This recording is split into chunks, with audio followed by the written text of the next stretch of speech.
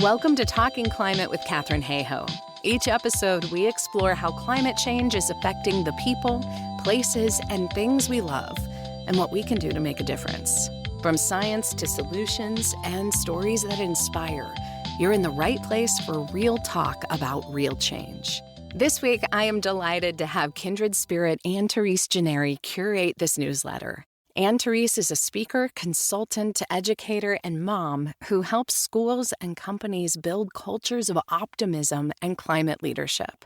She is the author of the Climate Optimist Handbook, the host of Hey Change podcast, and the founder of the Climate Optimist. You see a theme here? Take it away, Anne-Therese. Good news. Activating climate's silent majority is a phrase coined by The Guardian earlier this year. It alludes to the hidden truth that most of us around the world, a full 89%, want stronger climate action, but mistakenly believe we are in the minority. What's missing isn't the science, technology, or innovative climate solutions, but rather our willingness to speak open-heartedly about the world we care about and the changes we desire. We must trust that what we feel so urgently, others feel too. And when we speak up, we can join forces. But why aren't we already doing this? Why are we kept in this spiral of silence?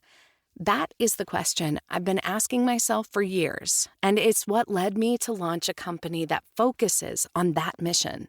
It's not straightforward, but it's simple. We need to shift the narrative on climate change.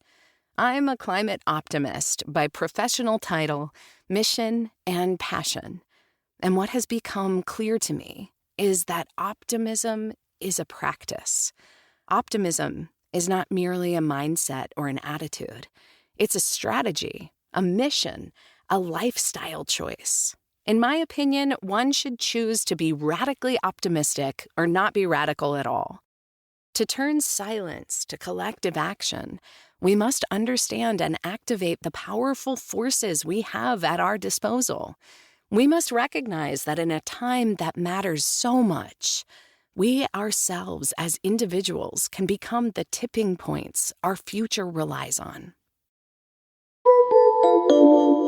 Not so good news. Speaking of tipping points, the world just reached a major harmful one. The world's shallow water tropical coral reefs are now facing the point of no return, thanks to ocean acidification and rising temperatures.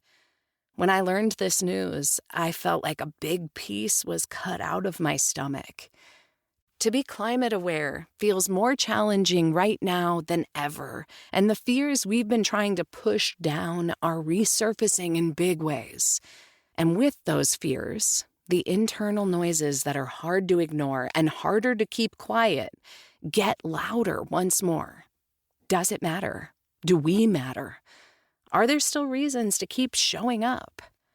One planetary tipping point has been breached, but there are many more. And just because those tipping points are pushing us beyond our safety shore doesn't mean there aren't wins to be collected. There's massive room for education, restoration, and new futures worth striving for. Of course we matter, and there are plenty of reasons to keep showing up. But I won't lie, this past year has been tough. With a daunting political situation and new climate denial surfacing, it's hard not to ask the unavoidable question, is it enough? Do our seemingly small individual actions matter? And most importantly, is there still room for optimism in climate change? The next section is my attempt to flip our narrative and instill a faith that no matter how small you feel, your actions matter, more than you probably will ever give them credit for. What you can do. It's simple. Keep showing up. These are 4 major but often overlooked reasons your actions matter. Number 1, they make you feel better. One big yet often overlooked reason to take climate action is that it simply makes you feel better. I like to call it rebel sanity. When you align your actions with your values, your body rewards you with feel-good hormones, which are pretty much your own renewable energy. The more you show up, the better you feel, and the more inspired you'll be to keep going. Number 2, they build character. Your actions don't just make you feel good. They shape who you become, the way you show up, the energy you carry, and the conversations you start all begin to shift. One of my favorite quotes is from Alexander Den Heyer. Maybe it's not about the dream, but who you become while you're chasing it. Every step you take shapes the future through the person you're becoming. Number 3, they plant seeds and shift culture. Every conscious choice, from refusing plastic, eating plant-based foods, or voting with your wallet, plants a seed, even if you can't see it. Think of it as a purple flower in a field of yellow. At first, you might stand out, but you'll spark a ripple that changes the whole landscape. This is how social tipping points begin and new norms evolve. And number 4, they build community.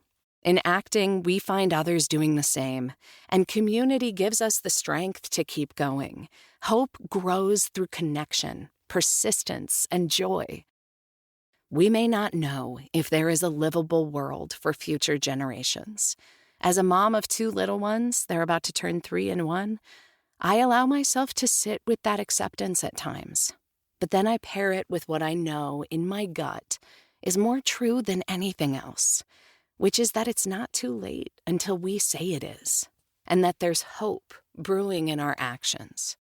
Now let's turn that silent churning we, 89% of us, feel into a revolution so loud it's impossible to ignore. To quote Catherine Wilkinson via Catherine Hayhoe on Hey Change podcast, it's a magnificent thing to be alive in a moment that matters so much. Thank you, Anne-Therese. I'm so excited about your next project and want to make sure people don't miss it. In the next few weeks, Anne-Therese is launching the Climate Optimist cohort. If you're someone who refuses to give in to despair and wants to be part of a group that is actively working on building resilience and finding new, creative ways to lead with hope and purpose, this online group is for you. Click the link in the notes to register. If you want more climate optimism content, you can also subscribe to Anne-Therese's Substack newsletter, The Climate Optimist, and follow her on Instagram at Anne-Therese Gennari.